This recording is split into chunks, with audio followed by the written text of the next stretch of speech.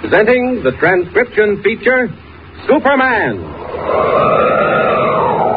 Up in the sky, look!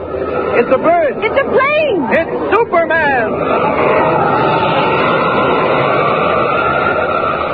And now, Superman, defender of the weak and champion of the oppressed. Superman, who came to Earth from the planet Krypton, resolved to dedicate his life to the cause of truth and justice, and mingles with ordinary men as Clark Kent, meek reporter for the Daily Planet. At the moment, Superman is fighting a petty racket. Gyp Donelli has been extorting money from the small shopkeepers along Spruce Street, one of whom is Mrs. Olson, the mother of Jimmy Olson, a copy boy at the Daily Planet. Clark Kent, as Superman, forced Donelli to return the money he had taken from Mrs. Olson.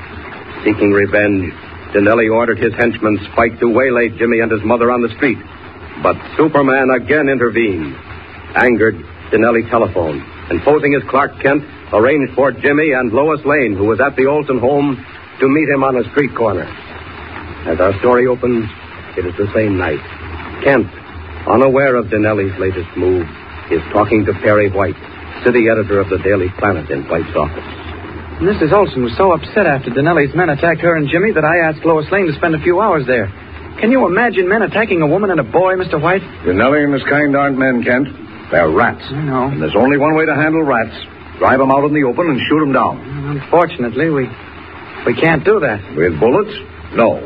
But with words, yes. Now, you get all the facts, Kent. All right. Write this story as you've never written one before. I'll give it all the front page space it'll take. I knew you'd feel that way about it, Mr. White. And why shouldn't I? The trouble with this country is that we're too lenient with Donelli and people like him.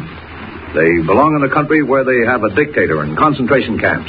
It makes my blood boil when I think of the millions of decent men and women who would give anything to live here in America, but instead they have to suffer while Donelli robs poor shopkeepers. Hey, I'll put that in the story, Mr. White. Well, you make every word sizzle, Kent. Yes, sir. Stop at nothing. But be sure of your facts. Well, Jimmy knows everything that's happened. I'll get them from him. Mr. Kent. Mr. Kent. Oh, who's that? Sounds like Jimmy. Mr. Kent. Jimmy, what's the matter?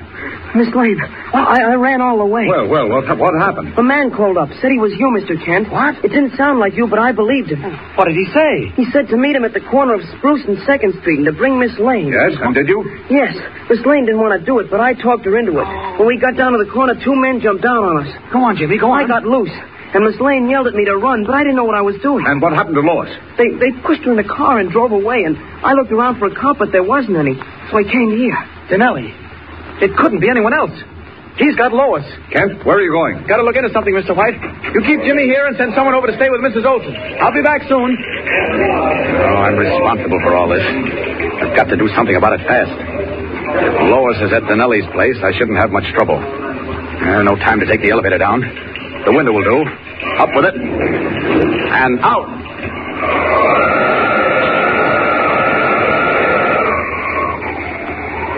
Like an arrow shot from a bow, Superman streaks across the darkened city in the direction of Donelli's headquarters. His only thought to rescue Lois Lane from the racketeer's clutches. His only hope that he reach there before any harm comes to her. Faster until he swoops down like a great bird and lands in the concrete driveway alongside a 3-story house. There. Don't think anyone saw me. Those clouds were conveniently low. Now, let's see. Donelli's office was on the 3rd floor. Well, I'll climb up and sneak through a window. Quietly. There. Not so easy clinging to the sill. Now, up with the window. Gently. There. And into the room. Looks dark and deserted. I hope I'm not too late. Wait. I hear something. A man talking in the next room. Okay, boss. I'll be there in an hour. Yeah, sure. I'll bring the dough with me. Goodbye. You'll be where in an hour? Hey, where'd you come from? Never mind that. Where are you going? To Donelli? Get away, around. You won't do anything. Now talk, or I'll break your part. Let me go. I ain't done nothing. Where's Donelli? You were just talking to him on the phone. Where is he? I don't know. I swear I don't know. Now, refresh your memory. Let's see whether you bounce like your boss did up against the wall. No more. Oh. Will you talk? Yeah, I'll talk. All right. Get up on your feet. Stop. Don't do that. Come back here. Oh, a fool. Dove out the window to the concrete driveway 3 stories below. This is the last racket he'll ever be mixed up in. Crowd's gathering. I'd better go. Can't afford to be seen here. Out the back and away!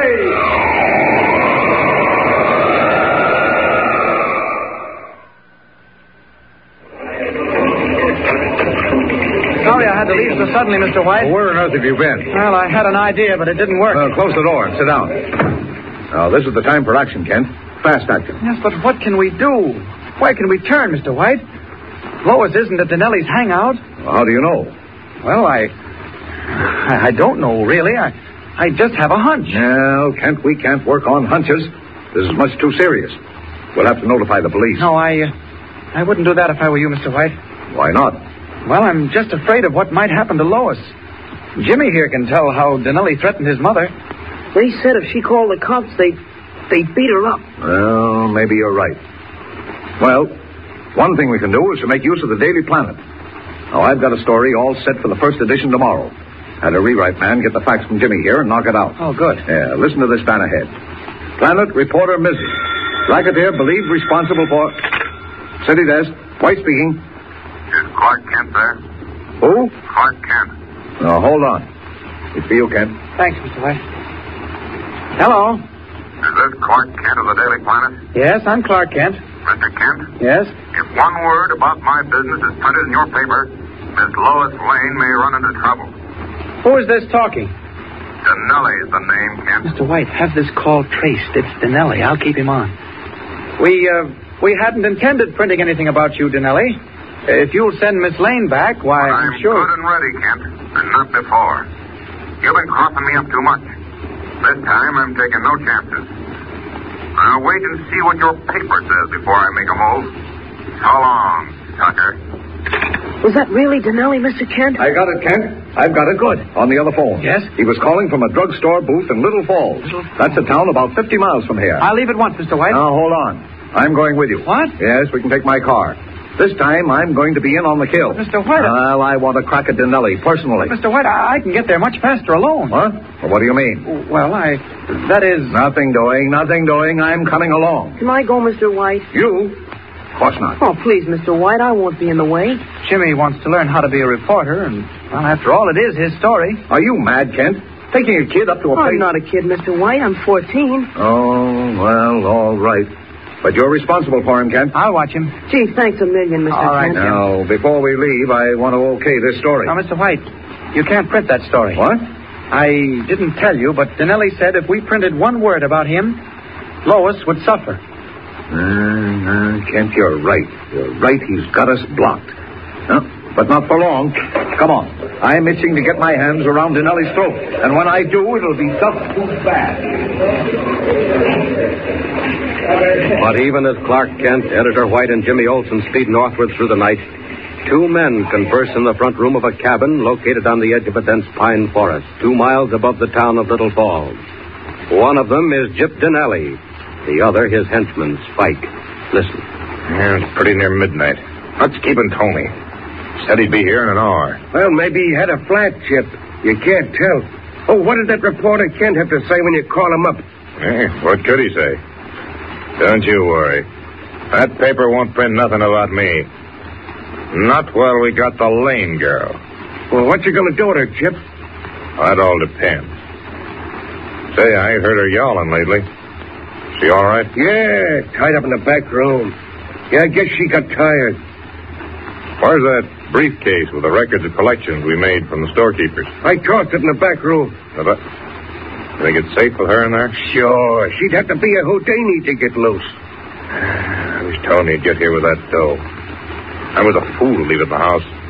With some dough, I can start paying off a few guys and quiet this thing up. He'll be here, Chip, unless he's dead. What do you mean? Well, gee, for gosh, I was only kidding, Chip.